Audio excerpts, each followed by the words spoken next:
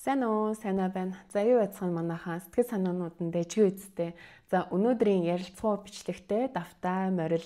За өнөөдрийн сэдвээр би юуны талаар ярилцахаар бэлдсэн бэ гэхлээр одоо харилцаа буюу одоо хосын харилцаа буюу relationship одоо хамгийн чухал байдаг гурван ойлголтын талаар би жоохон дэлгэрэнгүй ярилцахаар сонгож авсан. Тэгээд миний анзаарснаар те одоо миний дүгнэлтээр өөрийн туршлагаар за хүмүүсийн одоо амьдралын одоо туршлагаар те одоо яг ингээд дүгнээд харахаар эдгээр гурван зүйлээ ингээ хүмүүс ерөөсө төдийлөн 100% ерөөсө авч үзэдэггүй ингээд эдгээр зүйлээ ингээ дутуудуулдаг учраас өөрсдөө relationship орохдоо анханасаа буруу эхэлдэг. Эсвэл одоо яг энэ гурвыгаа ингээ алдсаар агаад одоо өөрсдөө relationship-ийнхаа одоо золиос нь болоод явцдаг ч юм уу те. Гэх мэтлэн ингээд маш олон юм сөрөг зүйл ингээд ажиглагдж байгаа учраас тэгээд өөрийнхөө дүгнэлтээр те одоо өөрийнхөө бодлоор эдгээр зүйлсийн талаар ярилцахаар бэлдсэн. За тэгээд эхний ойлголт руугаа орцгоё. За эхний ярилцах зүйл бол хүндлэл. За хүндлэл одоо хосын харилцааны хүндлэл рүү орохоос өмнө та өөрийгөө хэр хүндэлж чаддаг вэ? Одоо өөрийгөө хэр үн цэнтэйгээр мэдэрдэг вэ? Мэдрүүлж чаддаг вэ? Тэ өөрийгөө одоо зөв зүгээр ингээд амьдрал дээр байхдаа хэр хүндэлж альваа зүйлд хандахтаа ч гэсэн тэ өөрийгөө нэгт тавьж одоо өөрийгөө хүндэлж чаддаг вэ гэдэг асуултыг эхлээд өөрөөсөө асуугаад үзээрэй. За тэгээд хосын харилцаанд хүндлэл авахын тулд одоо их та өөрийгөө маш сайн үнэлдэг байх хэрэгтэй. Өөрийгөө юунд дуртай, та юунд одоо миний зааг хязгаар хаана юм бэ? Хаана би очиод зогсох юм бэ? За хаана одоо би юуг хүлээн зөвшөөрөхгүй, юуг би хүлээн зөвшөөрөх юм бэ те?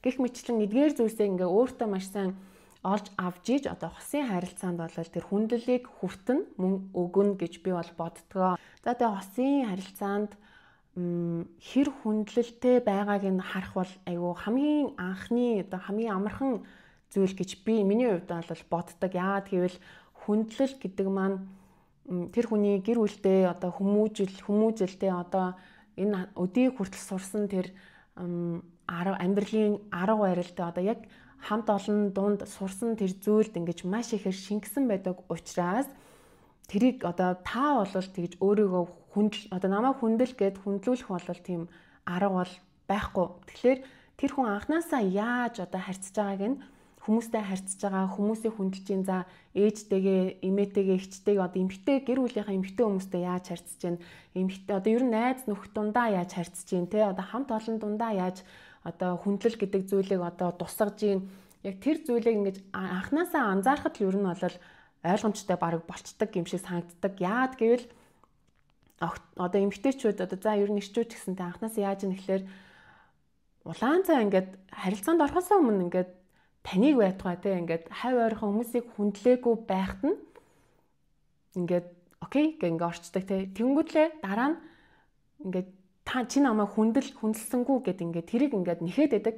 Тэг яагаад ингээд анханасаа нүдэнд чинь ил байсан штэ. Тэгэд энэ хүндлэл гэдэг зүйлийг ерөөсөө яг ингээд ургуулж болдоггүй те одоо ингээд зөвхөн тань дээр ирээл учиргүй таны хүндлээл учиргүй ингээд бүх хүмүүсийн ингээд хүндлэл гэдэг зүйл нь маш том болно гэж бол байхгүй. Тэгэхээр энийг ер нь бол анзаарахад бол хамгийн түрүүнд анзаардаг зүйлсийн нэг гэж байж болно. За тэгээд цаашлаа таны хувийн орон зайг хүндэлж гин үү? За дуртай хобби, сонирхлыг чинь хүндэлж гин үү те? За хувийн орон зай гэдэг нь ер нь бол миний хувьд бол миний бүр номер 1 одоо яг юм ариун одоо юу гэдэг те би яг одоо юу гэдэг жишээлбэл энд ингээд бичлэгээ сууж байхдаа миний аз жаргал хөдөлдөг те одоо төрдөг одоо маш их болдог. За би энэ хоолыг идэхдээ маш их ингэж яаж юм. Би энэ хоббигоо ингээ хичээлэхдээ би ингээ аюу хаппи байгаад байна те.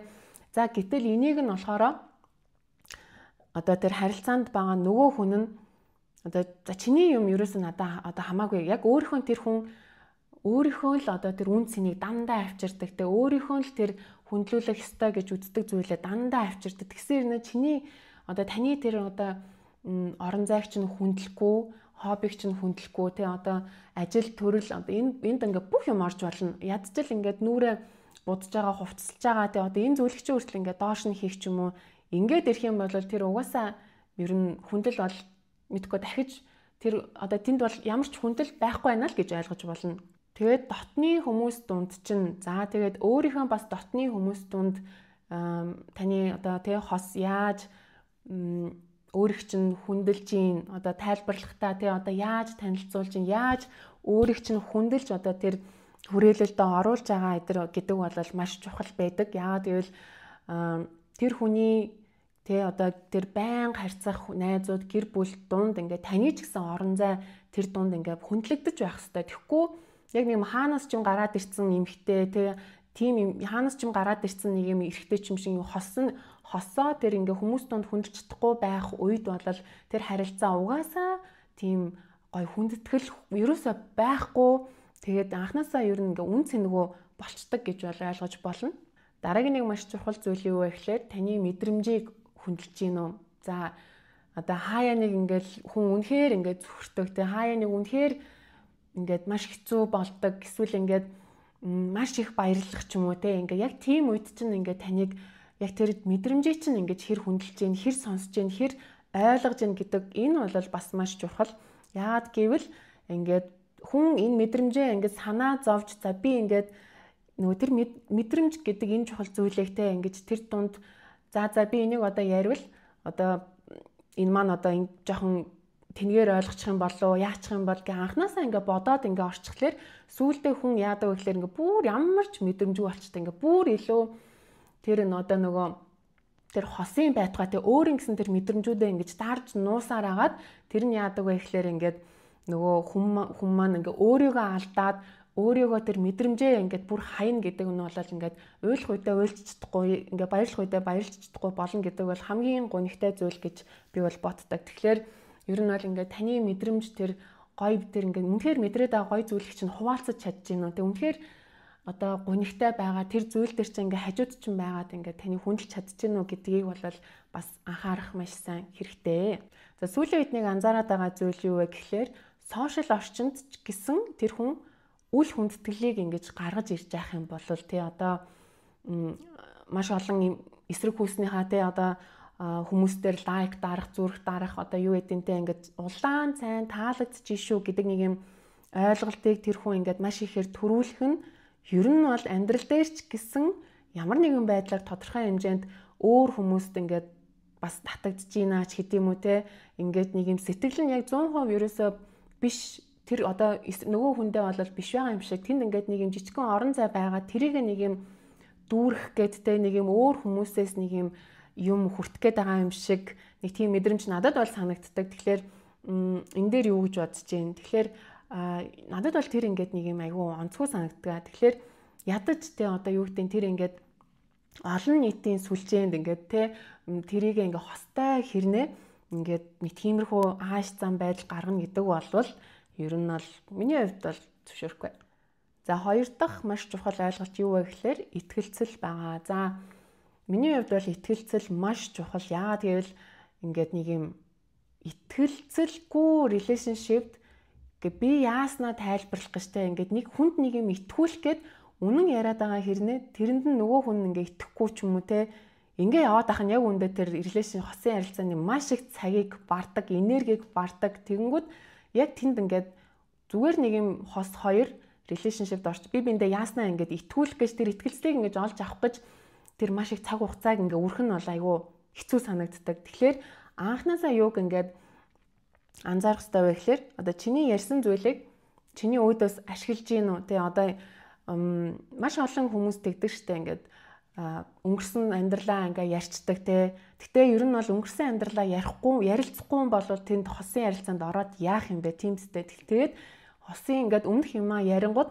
нөгөө хүн нь ингээд нөгөөхин дараадаа ингээд хэрүүл маргаанда ашигласаар байгаа сүултээ нөгөө өөрхөн талаар юу ч ярьж чадхаа болчдаг те. Ингээд нөгөө айдас үүсдэг. Тэгээд тэр айдсаасаа болоод нөгөө нэг нэгэндээ итгэхгүй тэгээ бүр ярилцгаа болоод за ингээд нэг юм илчүүл за энэ нэг юм ингээд дараа нь ингээ яг миний өөдөөс энийг ашиглаж болоо яач бол тий одоо за ингээ хэлчихвэл наваа ингээ буруугаар ойлгочих болоо ерөөсөө ингээд тэр хүн чамд юунаас болж ингээд итгэхгүй байгаа гэдгийг ингээ аюу сайн ингээ ахнаас нь анзаарах ёстой.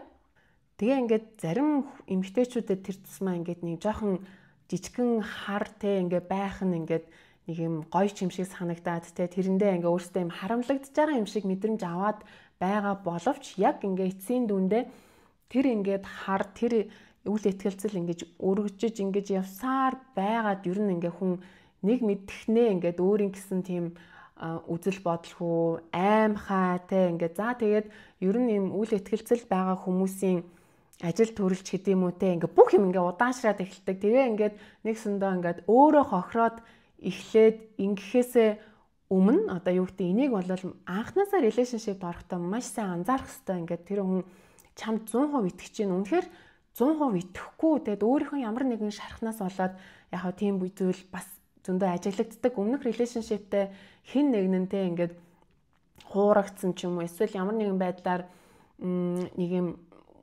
шархалсан ч юм уу те одоо тийм зүйлээс болоод дараагийнхаа relationshipд орохдоо нөгөө хүндээ итгэж чаддгүй те ингээд итгэж чадахгүй за тэгээд нөгөө өөрийгөө ерөөсөө ойлгуулж чадахгүй тэгээд тэр нь ингээд явсаар хагаад ер нь бол ингээд toxic relationshipд орох ингээд бүр ингээд алхмууд ингээд бүрдээд эхэлж байгаа байхгүй юу.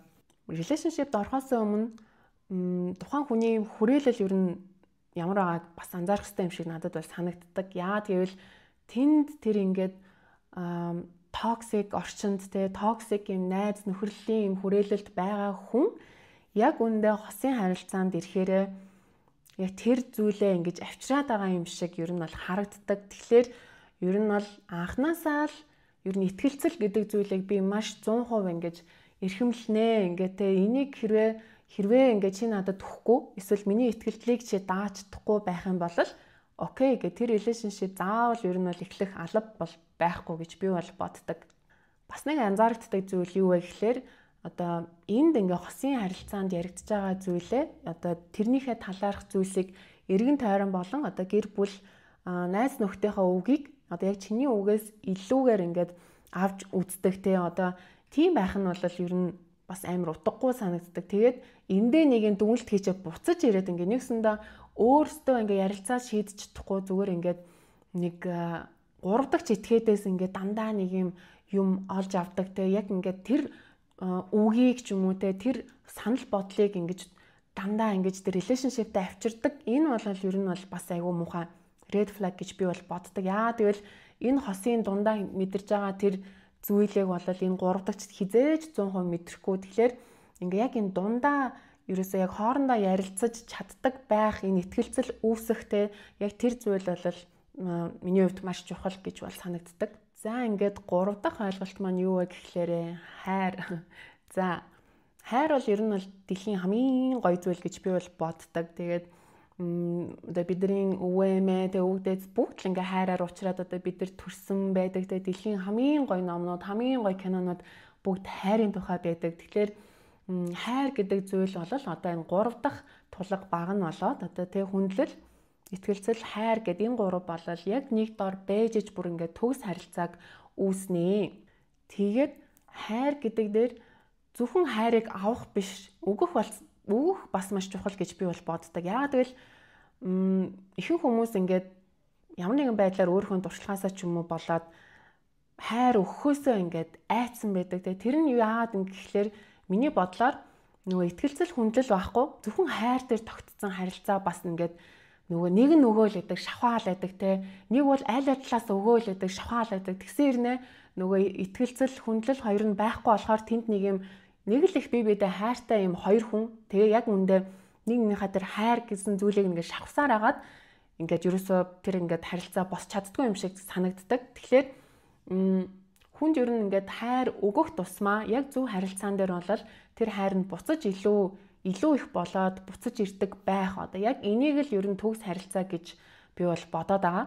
Тэгээ маш их хайрыг ингээ өгөөд байгаа хэрнээ тэр хайрыг нөгөө хүн нь үн цэнгүүдүүлээд те ингээд юу ч биш юм шиг ингээд аашлаад за юу ч биш юм шиг ингээд үн цэнгүүдүүлж явах юм бол тэр бол угаасаа харилцаа болж тогтохгүй. За тэгээд нэгэнт ингээ хүний хайрыг аваад тэрийг нь ингээд тэ ямар нэгэн зүйл болгоод ингээ үнэлээд хайрлаад тэр ингээд тэгж чадахгүй байгаа тэр хүн бол ирээдүйд нэг их хайр бол өгч чадахгүй.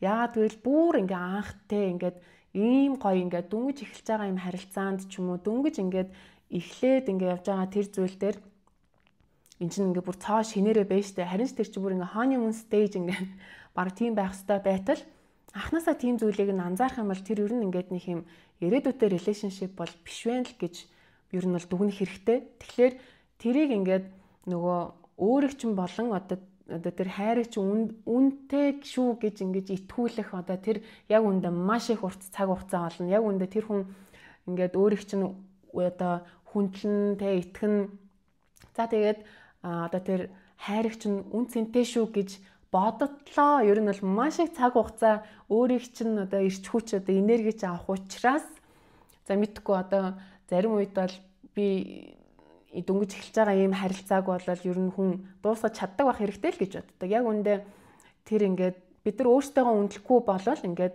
яваандаа улмал үнгүүдүүлнэ. Одоо улмал бид нар өөрсдөө үнэлж ийж одоо тэр харилцаанд илүү те өөрсдөө гоёор байлгаж та яг үндэ бид нар ингээ хаппи байх гэж аз жаргалтай байх гэж харилцаанд орж байгаа болохоос биш яг үндэ зовхыг бол ганцаараа зовчно гэж нэг сайхан үг байдаг да. Хайр хичнээн сайхан ч гэсэн одоо тэр нөгөө хоёр тулгуур багнагүйгээр бол миний хувьд бол утгагүй санагддаг. Ингээ зөвхөн хайран дээр тогтоод би бидээ итгэхгүй, итгэлцэл байхгүй, тэгээ хүндлэл байхгүй. Энэ бол яг үндэ зүгээр л нэг юм мэдгүй юу ч бишээ. Тэгээд ер нь энийг ингээ анханаас нь ингээ гурвуулангийн ингээд хүнээс бинээсээ хараад тэ анзаараад хүн өөрийнхөө төлөө хардаг байх хэрэгтэй. Тэгэхгүй яг өөрөө тэр relationship-д орох гэж нөгөө ийм тэр ингээ стандартуудаа тэ ингээ өөртөө одоо юу гэдэг тэ нөгөө хүнээсээ ингээ харж чадахгүй бол окей. Заавал тэр relationship-ных ингээл ороод заавал өөрийгөө тэгэн зовоогоод байх шаардлага бол нэг байхгүй шүү дээ. Тэгээ эцэст нь хэлэхэд та өөрийгөө хэр хайрлаж гин, өөртөө хэр итгэж гин, өөрийгөө хэр хүндэлж гин, яг тэрэн шиг тэр стандартад таарсан хүн л таны амьдралд орж ирнэ. Тэгэхээр яг ямар хүнтэй зөв relationship-тэй орох уу гэдгийг ингээд нэгсэндээ та өөрөөсөө эхлэн ерөөсөө ч тэнд ингээд нөгөө хүнээс яг үндэ ийм таны стандартад хүрэхгүй байгаа хүн таны амьдралд орж ирэхгүй байхгүй. Яагаад л энэ эмэгтэй ийм угаасаа амар лаг өөрийгөө ингээ тэ үн цэнтэй ингээ янгицсан юм байна. Бараг нөгөө хүн өөрийгөө голоод ингээ бүр таны амьдралаас өөрөө зүхтаад явах нь бараг ингээд амьдрал дээр болно. Тэгээ өөрийнхөө мэдрэмжийг маш их хүндэлдэг байх нь бол маш чухал байдаг. Тэгээ өөрийнхөө үзэл бодлыг хизээж одоо юу гэдэг харилцаанд алдах эсхүү. Тэгээ ингээ хараад ангууд маш олон эмэгтэйчүүд яг тэгцэн явж идэг байхгүй ингээл за би ингээл нөгөө хүнийхээ нэг боолн юм шиг тэг яг нэг юм хайрынхаа ингээ боолн болцсон тэг яг ингээ тэгээ тэрэндээ хайр хүртээд байгаа мó гэхлээр үгүй. Тэгээ яг ингээд тэгэхээр одоо яг энэ тулгуур ингээд харилцааны 3 зүйлийн талаар би ингээ нэлээд товчхондоо л ерхийлөө ярьлаа. Тэгээд анханасаа өөрийгөө маш сайн үнэлж сураарай. Тэгэд анханасаа өөрийгөө хайрлж сураарай. Энэ бол бүр хамгийн чухал зүйл шүү. Тэгэхээр өнөөдрийн бичлэг энэ хүрээд өндөрлөж байна. Тэгээд та бүхэн бас юу гэж бодож гин комментоор те бас бичээрэй. Тэгээд дараагийн бичлэгээр уулзтлаа. Түр баярлалаа.